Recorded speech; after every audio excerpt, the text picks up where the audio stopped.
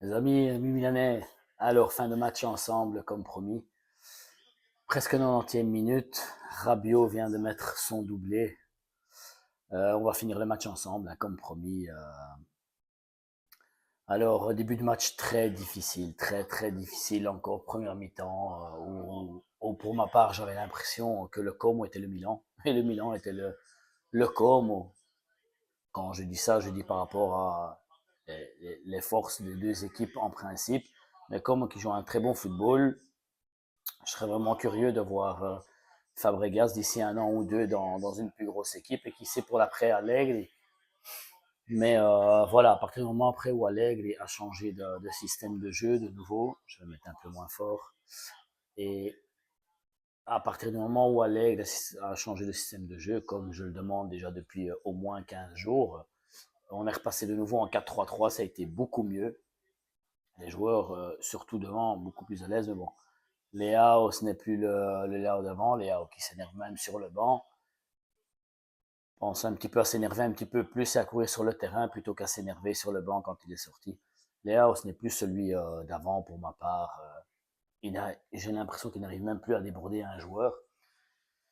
Et si il n'a même plus ça, il ne lui reste plus rien du tout. Enfin, de toute façon, pour ma part, voilà, ça reste mon idée personnelle. On en parle, j'en ai déjà parlé quelques fois sur la chaîne, sur mes vidéos.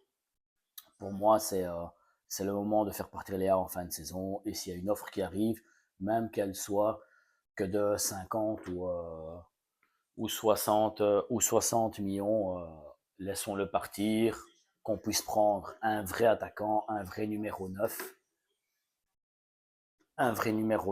et un défenseur central costaud pour faire cette défense à 4 de nouveau. À part ça, Fofana encore. Fofana pour ma part peut partir. Si le Galatasaray le veut vraiment, qu'il fasse une bonne offre à Milan et qu'il parte parce que c'est beaucoup de ratés, beaucoup de déchets. Surtout, c'est quelqu'un qui n'arrive pas à frapper au but et qui s'obstine à vouloir toujours frapper. C'est quelque chose d'incompréhensible. Rabiot, très content, vraiment. L'achat de Rabiot, je le voulais vraiment. Ça fait déjà 2 saisons que je le voulais, donc j'étais vraiment très content qu'Allegri ait vraiment insisté pour prendre Rabiot. Alors, autre très bonne rentrée. Action. Ah, voilà, un petit peu trop loin de Rabiot pour Yachad, qui arrive un peu trop loin, je pense. C'était Yachad et Ricci. Non, c'était Ricci, pas Yachad. Et je disais, Full Crook, très bonne entrée. Alors, ce n'est pas Ronaldo, ce n'est pas. Mais c'est un joueur qui fait du bien. C'est ce que je répète depuis le début de saison. C'est ce qu'on a besoin en plus jeune. Mais voilà, c'est quelqu'un de costaud qui va au duel, qui bagarre à chaque fois, qui pousse les adversaires. Et c'est dérangeant. Pour une défense, c'est dérangeant. Et ça laisse des espaces aux joueurs qui tournent autour de lui. Donc, Léa en partie ici, s'il y avait Nkunku ce match-ci, et Pulisic pour les autres matchs, parce que Pulisic rentrera rentrera de nouveau sur le terrain dimanche, ça lui fera du bien ce tour de repos, étant donné que lui aussi est toujours à l'éprise avec ses petites douleurs à son ischio. Donc voilà, peut-être dimanche, faire l'inverse, faire souffler Léao, parce que lui n'est pas non plus à 100%, même si au niveau de l'envie, ça reste toujours la même chose, mais au niveau physique, n'est toujours pas à 100%, et qu'on puisse mettre Nkunku avec Pulisic peut-être, ou voir partir avec Fulkrug. Fulkrug, je rappelle que jusqu'à il y a 2 jours, donc avant-hier, on parlait peut-être d'un stop de 1 mois pour un doigt de pied cassé, mais Fulkrug déjà sur le terrain hier soir. Par contre, un joueur qui me plaît énormément à Como, c'est Nico Paz. Mais malheureusement, c'est un joueur que même Tottenham a essayé de l'acheter, de le recruter ici cet été. Et le Como, bah, qui n'a sûrement pas besoin d'argent parce que son président est le plus riche d'Italie, voire un des plus riches mondiaux, milliardaire, thaïlandais, je pense, indonésien, thaïlandais. Donc voilà, offre refusée, mais de toute façon, Nico Paz, le Real Madrid a toujours la main dessus. C'est un joueur qui appartient au Real et qui fera son retour sûrement, à mon avis même sûrement cet été, quoi. Très beau joueur. Débordement, Atekame, dommage. Dommage. Cette victoire, les amis, elle est très importante, même si On n'est pas forcément encore dedans. C'était mieux en deuxième mi-temps, mais voilà, ce n'est pas assez pour moi. On doit faire beaucoup mieux que ça.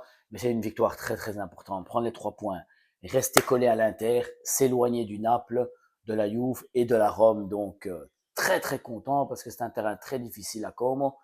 Et content aussi que le match retour qui est reporté à cause de l'ouverture des Jeux Olympiques à Milan.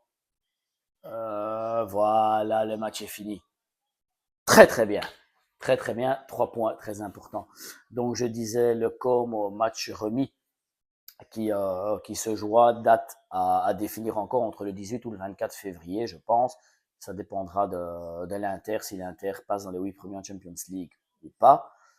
Donc, on le jouera à domicile et non pas en Australie à perte comme ces 4 ans ces 3-4 ans dormis de dirigeants, surtout Monsieur Foodland, les Escalon, il le voulait pour une histoire de 2-3 millions, 3-4 millions d'euros. C'était totalement ridicule. Aller faire autant d'heures de vol, changement de température énorme, plus de 30 degrés de différence, risquer de blesser les joueurs pour rien du tout. Franchement, vraiment content qu'on puisse jouer ce match à Milan. Et c'est une victoire très très importante, je le rappelle les amis ce soir. Très importante. Espérons quand même qu'on fera quand même quelque chose. Maintenant je mets Sky pour écouter un petit peu ce qu'on raconte de ce côté-là au niveau de Pepe Di Stefano qui suit le Milan. Donc j'étais en train de dire j'espère qu'on fera quand même quelque chose sur le mercato, que ce n'est pas vrai ce qu'Allegri a dit hier en conférence de presse, qu'il continuerait, il était content du noyau et qu'on continuerait avec ce noyau jusqu'en fin de saison parce qu'on est trop court. On a besoin de changement sur le côté, on a besoin de faire souffler Alexis et on voit qu'Atekam n'est pas forcément prêt. On a besoin de quelqu'un derrière et si on peut ajouter aussi quelque chose devant, même si c'est un prêt avec droit d'achat puisqu'on veut mettre tout le budget fin de saison pour prendre le numéro 9, que ce soit Vlahovic ou Moïskine, un des deux, peu importe, je serai content parce qu'on prendra ce qu'on peut avec nos possibilités financières, je le rappelle, sinon bien sûr, je voudrais bien Haaland, mais voilà, c'est pas possible. Mais voilà, au moins essayer de prendre un joueur en prêt avec droit d'achat, mettez un droit d'achat élevé, faites croire l'équipe qu'on le rachètera fin de saison, même s'il faut mettre les conditions comme d'habitude, et voilà, et à la fin on ne le rachète pas, mais étoffez ce noyau pour arriver jusqu'en fin de saison. Si vous ne voulez pas dépenser, faites des prêts avec droit d'achat, mais donnez à Allegri la possibilité de se jouer le Scudetto jusqu'en fin de saison.